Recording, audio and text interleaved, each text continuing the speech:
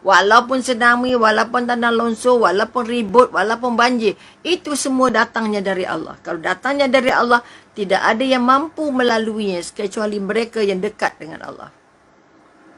Tak ada siapa yang mampu mensyukurinya kecuali orang yang dekat dengan Allah, dan tidak ada orang yang pasrah ataupun kita kata yang redha menerima. Sebenarnya redha dan pasrah itu ada dua makna ataupun ada dua keadaan. Redha maknanya kita terima sepenuhnya tapi kita tetap berusaha untuk membaiki situasi. Okey? Tapi kalau pasrah, kita sudah terima tanpa ujian, tanpa usaha, itu namanya pasrah. Sebab itu kita tak boleh pasrah pada benda yang kita boleh berbuat sesuatu. Tapi pasrahlah pada benda yang kita tak boleh buat. Sebab itu kita kata kita tak tahu tsunami, kita kata coronavirus macam mana perjalanannya, dari mana datangnya dan sebagainya. Maka kita anggap itu, kita kata kita pasrah, hanya menjalankan ujian-ujian, berusaha sungguh-sungguh.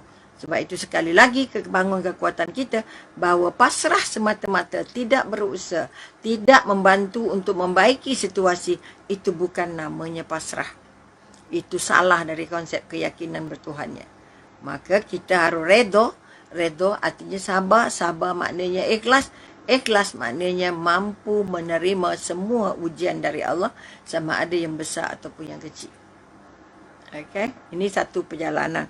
Perjalanan yang kedua yang kita kata tadi adalah perjalanan dalam bentuk fizikal. Perjalanan yang membantu kita melihat balik ke dalam diri, melihat balik apa yang ada di sekitar kita, melihat balik keindahan alam. Mari kita tengok apa kita kata. Al-Hafiz Ar-Ramhur Murzi dalam bukunya Al-Muhaddis Al-Fashil mengatakan, menjelaskan faedah-faedah perjalanan. Dia menjelaskan satu faedah-faedah perjalanan, terutamanya perjalanan menuntut ilmu dan mencari kenikmatan. Maknanya kita mengembara, kita pergi nak bantu, kita berjalan kerana nak melihat apa agaknya, nak belajar. Itu sebab kita katakan perjalanan menuntut ilmu. Tapi kalau kita menuntut ilmu, tengok macam-macam tapi tak bawa balik apa-apa, tak berusaha memindahkan ataupun membantu untuk mengubah situasi, maka pengembaraan itu juga dianggap kosong. Sebab itu sekali lagi, kalau kita pergi ke Mekah, niatnya untuk dekat dengan Allah. Niatnya untuk merasa menjejakkan kaki ke tanah haram. Tapi baliknya tidak membuat dia dekat dengan Allah. Kita bimbang sebagai tanda untuk Allah tolak umrahnya. Jangan main-main. Kalau tidak berlaku perubahan setelah satu perjalanan paling suci. Tidak ada perjalanan paling suci selain pergi umrah dan pergi haji. Tetapi kalau kita, sebab itu Allah yang akan pilih kita. Orang duit banyak tak dapat pergi. Kadang-kadang orang duit sikit dulu pergi. Sebab ini tempat yang Allah jemput, bukan kita pilih. Tetapi kalau itu pun terjadi, ini pengalaman yang sangat tidak boleh dilupakan kalau kita pergi Mekah ni. Okey, bila seorang pembantu atau seorang pentadbir, masa tu dia jadi tukang sapu, datang salam ke kita, salam dengan Umi. Okey doktor, saya minta maaf banyak-banyak, halalkan makan minum gitu begini. Saya kata, kenapa? Awak nak pergi mana? Okey. Dia hanya je, gaji dia entah 10% apa daripada gaji kita, atau 20% daripada gaji kita. Jangan main-main. Saya terus nangis ketika itu. Mi nangis. Sebab dia kata apa, doktor? Saya nak pergi haji. Saya dapat panggilan pergi haji. Terus saya terus. Tak tahu nak katalah. Sendunya, ya Rabbi. Maka siapa yang membantah bahawa perjalanan merugikan, membosankan, tak payah, tak ada faedahnya, buang masa, buang tenaga, itu adalah pendapat-pendapat yang silap. Walaupun kita pergi perjalanan yang paling dekat, jalan kaki ke, basikal ke, naik kereta ke, naik motor ke, naik kapal terbang, lagilah mahalnya kita kata, maka setiap perjalanan yang kita buat kerana Allah harus membantu kita lebih dekat pada Allah. Sebab itu kita kata yang paling takut naik kapal terbang sebab takut jatuh. Betul ke tidak? Takut kapal terbangnya jatuh, takut macam-macam. Katalah Umi kalau tak payah jauh lah pergi ke Sabah Sarawak aja, lintas Laut Cina Selatan. Ya Allah, ya Tuhanku, selamatkanlah perjalanan ini. Andai kata ini akan berlaku apa-apa, berlakulah atas darat, jangan berlaku dalam laut, sebab kita tak dapat nak cari orang yang tenggelam. Sama juga pergi ke Kapit, pergi ke Lahad Datu. Naik, masa dulu ada kapal terbang kecil yang boleh masuk hanya 12 ke 15 orang yang nak naik pakai timbang dulu tu. Ya Allah, pertama kali nak naik sangatlah takut. Kalau dulu dipanggil belon. Naik belon katanya. Ya Allah, sebab kapal terbangnya kecil sangat. Jadinya pakai kipas saja kita nampak pilot tu tangan kiri kanan. Semua nampak pilot depan kita je. Jadi ini menambah, ya Allah Tuhanku, selamatkanlah perjalanan ini sebab kami akan melintas hutan tebal yang tak nampak apa-apa. Hutan kalau jatuh terus makan dek rimau je lah kot. Memang tak dapat nak dikesan kecuali oleh kalau orang besar lah, ke menteri ke apa ke jatuh. Itu mungkin dapat dicarilah juga. Tapi kalau kita orang alu-alu ini, mati-mati begitu je lah. Maka doa kita, maka perjalanan-perjalanan itu mesti macam mana pun, mesti membantu kita, mendekatkan kita kepada Allah. Okey, sebab itu katalah orang yang merancang untuk membuat perjalanan, maka dia berdoa, ya Allah murahkan rezeki aku, berkat rezeki aku, ya Allah aku nak bercuti dengan anak-anak, ya Allah aku nak bercuti dengan orang ini, aku nak pergi cuti, aku nak berjalan. Bercuti itu mesti dengan ilmunya, bukan cuti kosong-kosong. Sebab itu kita ada niat, saya nak belajar apa, saya nak menuntut apa, saya nak tengok apa, saya nak ambil pengetahuan apa daripada perjalanan ini. Jika tidak, kita hanya katalah pergi laut, mandi laut je. Kita tidak melihat betapalah besarnya laut, kita betapalah halusnya. Masuk dalam laut macam habuk je, macam apa kita kata? Macam seketul sampah je. Okey, kita tengok lagi jauh lagi kecil, lagi jauh lagi kecil. Kita masuk ke tengah laut, kita jadi halus je. Kalau ini tidak diangkat kerana Allah, kita tidak merasa apa-apa. Pergi mana? Pergi laut. Buat apa? Mandi. Apa yang kamu dapat dari mandi? Tak ada apa. Oh, happy je lah. Jangan. Tolong ambil kira. Kamu mandi boleh tenggelam anytime. Kamu boleh lemas bila-bila masa. Walaupun airnya hak lutut. Okay? Kita boleh kena ombak bila-bila masa. Boleh pensan. Okay?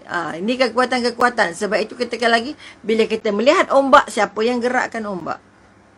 Kalau kita melihat laut lepas, siapa yang kawal laut lepas ni?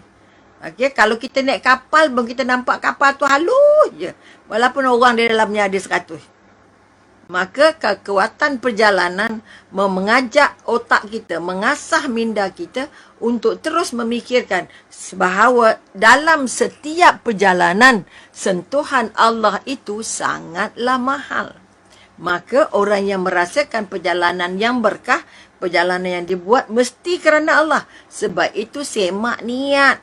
Kami saja je nak konvoi. Konvoi ke mana? Kita buat perjalanan. Oh, perjalanan macam-macam namanya diberi. Tapi Allahnya di mana? Adakah apa ibadah yang ataupun apa-apa aktiviti yang membuat kita berasa dekat dengan Allah?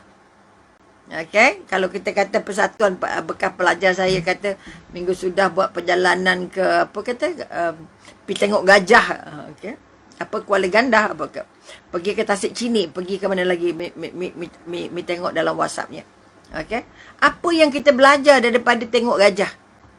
Okey. Umi pergi tengok gajah Kuala Gandah, tengok kakinya saja.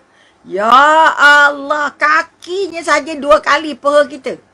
Punya besar. Dan di situlah Umi dapat rasa pegang gajah secara hakiki, pegang belalainya, pegang badannya, suap makannya, bagi tebul, bagi apa ke lagi entah. Merasa pegang belalai, tiup pula, cium pula belalainya.